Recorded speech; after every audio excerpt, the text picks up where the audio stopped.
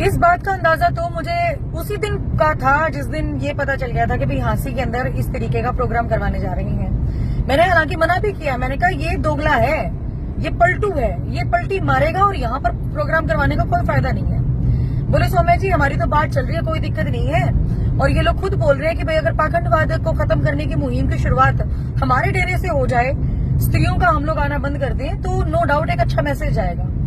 तो मैंने कहा जी ठीक है, अगर आपका मन ठुकता है, यहाँ पे मन आपका मानता है यहाँ पर कार्यक्रम करवाने के लिए, तो आप करवाइए, मैं साधु, मुझे किसी तरीके की कोई दिक्कत नहीं है। उसके बाद प्रोग्राम हुआ भी वहां पर। अब होने के बाद ये लोग एक सेकंड में पलटी मार गए, भाई ये तो धर्मेंद्र हुड्डा ने प्रोग्राम नहीं करवाया, ये तो इन्होंने प्रोग्राम करवाया ही नहीं, ये तो हमारा खुद का प्रोग्राम है, हम ही कर रहे हैं। मुझे तो उस समय भी समझ में आ गया था जब मीटिंग करने के लिए सच्चिदानंद महाराज जी, मोहित गर्ग जी और 2-3 व्यक्ति हम लोग साथ में मिलके इनके डेरे में गए थे, और डेरे में जाने के बाद इन्होंने हमें ये बात कही थी। तो उसके बाद जब हमने पूछा तो इन लोगों ने ये खबर फैला रखी थी कि जी सीआईडी रिपोर्ट गलत ना चली जाए डेरे के प्रति, इसीलिए हम लोग किसी को ये बात नहीं बता रहे कि यहाँ पर हम लोग कांडपाल के खिलाफ प्रोग्राम कर रहे हैं, बल्कि हम लोग यही बता रहे हैं कि यहाँ पर जो हमारा रूटीन का कार्यक्रम है वो चलता रहेगा। मैंने तभी विश्वास कर लिया।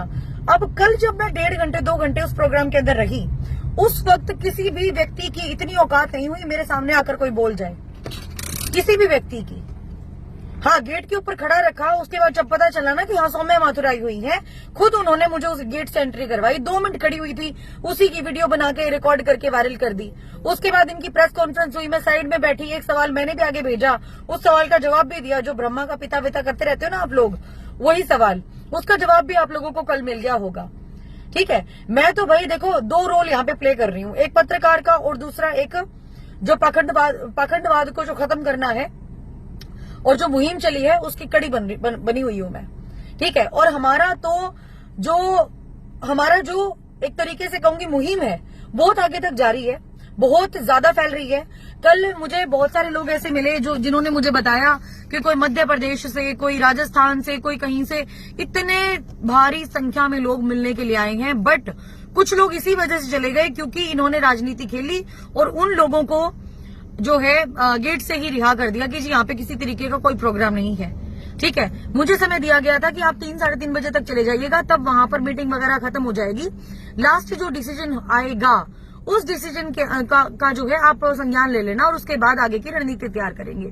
30 तारीख का प्रोग्राम है रोहतक के अंदर, वो तो हम लोगों ने पहले से डिसाइड कर रखा था, भाई 30 तारीख को प्रोग्राम करेंगे। 7-8 दिन से लगातार बात चल ही रही है।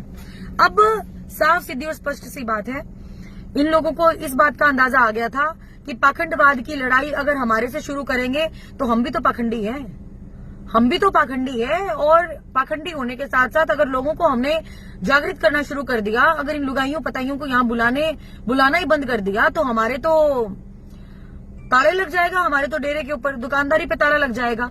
इसीलिए इन्होंने ये एजेंडा अपनाया, क्योंकि कहीं ना कहीं रड़क थी, भाई धर्मेंद्र हुड्डा ने हमारे बारे में इतना सब कुछ बोल दिया, वो रड़क निकालनी थी। ठीक है, पर चलो कोई बात नहीं, हमारी रड़क तो नहीं निकाल पाए आप लोग, लेकिन जो आप लोगों की सच्चाई थी वो लोगों के सामने जरूर आई है।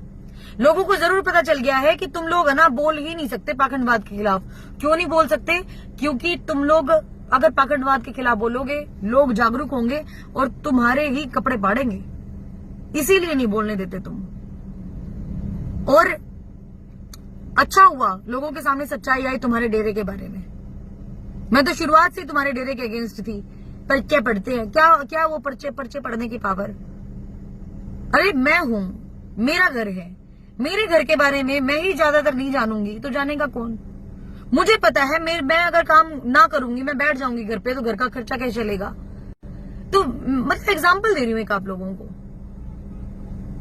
कि जब आप ही अपने बारे में 100% आप श्योर ही नहीं है कि आपके घर की समस्या क्या है, कोई और आके दूर कर देगा कि ये क्या तकदीर बदलने वाले हैं, तकदीर पलटने वाले हैं। ये इनके कुछ भी नहीं है बल्ले, कुछ भी बल्ले नहीं है। बस 10 लोग उम्मीद जता लेते हैं, एक की पूरी हो गई तो उसने डोरा पीट दिया, फिर और लोगों ने जाना शुरू कर दिया। बस ये अपने अपने खजाने भरने की कोशिश कर रहे हैं और इनके पल्ले कुछ भी नहीं है, किसी तरीके से कुछ भी नहीं है इनके। ठीक है, पर्चा मैं पढ़ना शुरू कर दूं, गांव गांव के अंदर व्यक्ति खड़ा कर दूं, भाई जा ये वाला बंदा आएगा मेरे पास, इसकी डिटेल निकाल के लेके आ, कौन इनके घर में मरा हुआ है, कौन जीवित है, किसको परेशानी है, क्या चल रहा है। और उसी में दुनिया पागल हो जाती है कि हाँ इसमें तो कुछ ना कुछ पावर है। कोई शक्ति बत्ती नहीं है। इतनी शक्ति होती ना, आज देश के अंदर जो इतने रेप हो रहे हैं, इतने बलात्कार हो रहे हैं हमारी बहन बेटियों के, ठीक है, उसके ऊपर रोक लगाने का काम करते, अपराधों के ऊपर रोक लगाने का काम करते। अगर इतने वो हैं तो जो ये नीट का एग्जाम लीक हुआ था इसके बारे में खुलासा करते कि कौन व्यक्ति ने लीक किया था, ठीक है। लेकिन आप लोगों के बस की कुछ भी नहीं है। जो भोली भाली जनता को सिर्फ 1% आप पागल बनाते हो, ठीक है, और बनाने के बाद फिर वो आपके पीछे लग लेते हैं। ये लड़ाई लंबी चलेगी, मुझे पता है। ये इतना आसान नहीं है, पाखंडवाद को खत्म करना इतना आसान नहीं है, ठीक है। इनके कई लोग तो इनके मजे लेने के लिए आते हैं। अरे वो नाड़ उलाने वाली लेडीज आएंगी वहां पे, चलो चलते हैं देख के। क्यों इनके जाके भीड़ इकट्ठी करके देते हो इनके यहाँ पे? क्या फायदा इनके यहाँ पे भीड़ इकट्ठी करने का? कुछ भी नहीं है इनके अंदर पावर। अगर इतनी पावर होती ना तो आज पूरा का पूरा देश कोई मंत्री शंत्री कोई एमएलए नेता नहीं चला रहा होता, ये बाबे ही चला रहे होते। अगर इतनी पावर है तो बन के बैठ जाए सीएम, और इतनी पावर है तो बन जाए पीएम। इतनी ही पावर है तो पूरे वर्ल्ड को ले ले अपने कंट्रोल के अंदर, पूरे वर्ल्ड को ले ले अपने कंट्रोल के अंदर। इतनी बड़ी पावर है तो इनके पास क्यों नहीं कर पाते? फिर इनको प्रमोशन करने के लिए कई ऐसे बिकाऊ पत्रकारों का सहारा चाहिए जो इनके जाके यहाँ पानी मार देते हैं। क्यों? उनको 10-20 हजार रुपए मिल जाते हैं। इनके बहकावे में मत आओ, मत आओ, मत आओ। अपना घर उजाड़ के रख लोगी, बाद में रोगी। हमने तो उस बाबा को जाकर 40,000 रुपए दे दिए, 51,000 रुपए दे दिए, 1.5 लाख रुपए दे दिए। कोई फायदा नहीं है, कुछ भी फायदा नहीं है इनके पास जाने का। सिर्फ और सिर्फ अपना घर लुटाना है। आपका घर आपकी उम्मीद से चलेगा, आपके दिमाग से चलेगा। आप सोचो सब कुछ पॉजिटिव हो जाए तो सब कुछ पॉजिटिव होगा। अरे मैं भी तो लड़ाई लड़ रही हूँ भाई, मैं भी तो लड़ाई लड़ रही हूँ। मुझे कौन समझानी है? मेरे कौन पर्चे पड़ता है भाई? मेरी कौन किस्मत देखता है? मैं तो कभी नहीं दिखाती, ना अपनी कुंडली दिखाती, ना मैं कुछ दिखाती। लेकिन आपको सिर्फ और सिर्फ मैं इतना ही कहूंगी, इन लोगों से बच के रहो। ये समाज के अंदर एक ऐसा कलंक है, ऐसे कीड़े हैं जो लगातार बढ़ते जा रहे हैं और समाज को बिल्कुल नीचे गिराने की कोशिश में लगे हुए हैं ये लोग। अरे जो लोग घर से दुखी हैं वो कहां से आपके 31,000 41,000 रुपए दे देंगे? फिर आपको पैसे भी चाहिए, क्योंकि पैसे से ही फिर आप हवन करके दोगे उनको। ये मत पड़ो इनके पीछे। अपने घर के अंदर जो भी समस्या है ना वो समय के अनुसार भरेगी, क्योंकि समय से बड़ा बलवान, समय से बड़ा डॉक्टर कोई भी नहीं है। मत करो इन लोगों के ऊपर विश्वास।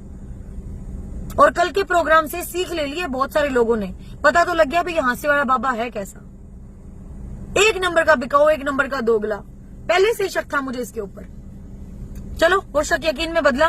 बाकी 30 तारीख का रोहतक में प्रोग्राम है, वहां पर आप लोग आइएगा। धमाकेदार प्रोग्राम करेंगे, बड़ा प्रोग्राम करेंगे।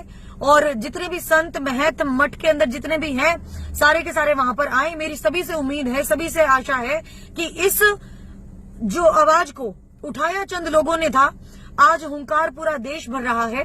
आप लोग पहुंचेगा ज्यादा से ज्यादा संख्या में और शक्ति प्रदर्शन कीजिएगा, क्योंकि जब तक लोग नहीं जुड़ेंगे, जब तक लोग साथ में, वैसे तो बहुत सारे जुड़ रहे हैं, लाखों हजारों बहुत सारे लोग जुड़ रहे हैं, बहुत आ रहे हैं इस मुहिम के अंदर आगे, लेकिन और भी लोगों का साथ में आना जरूरी है।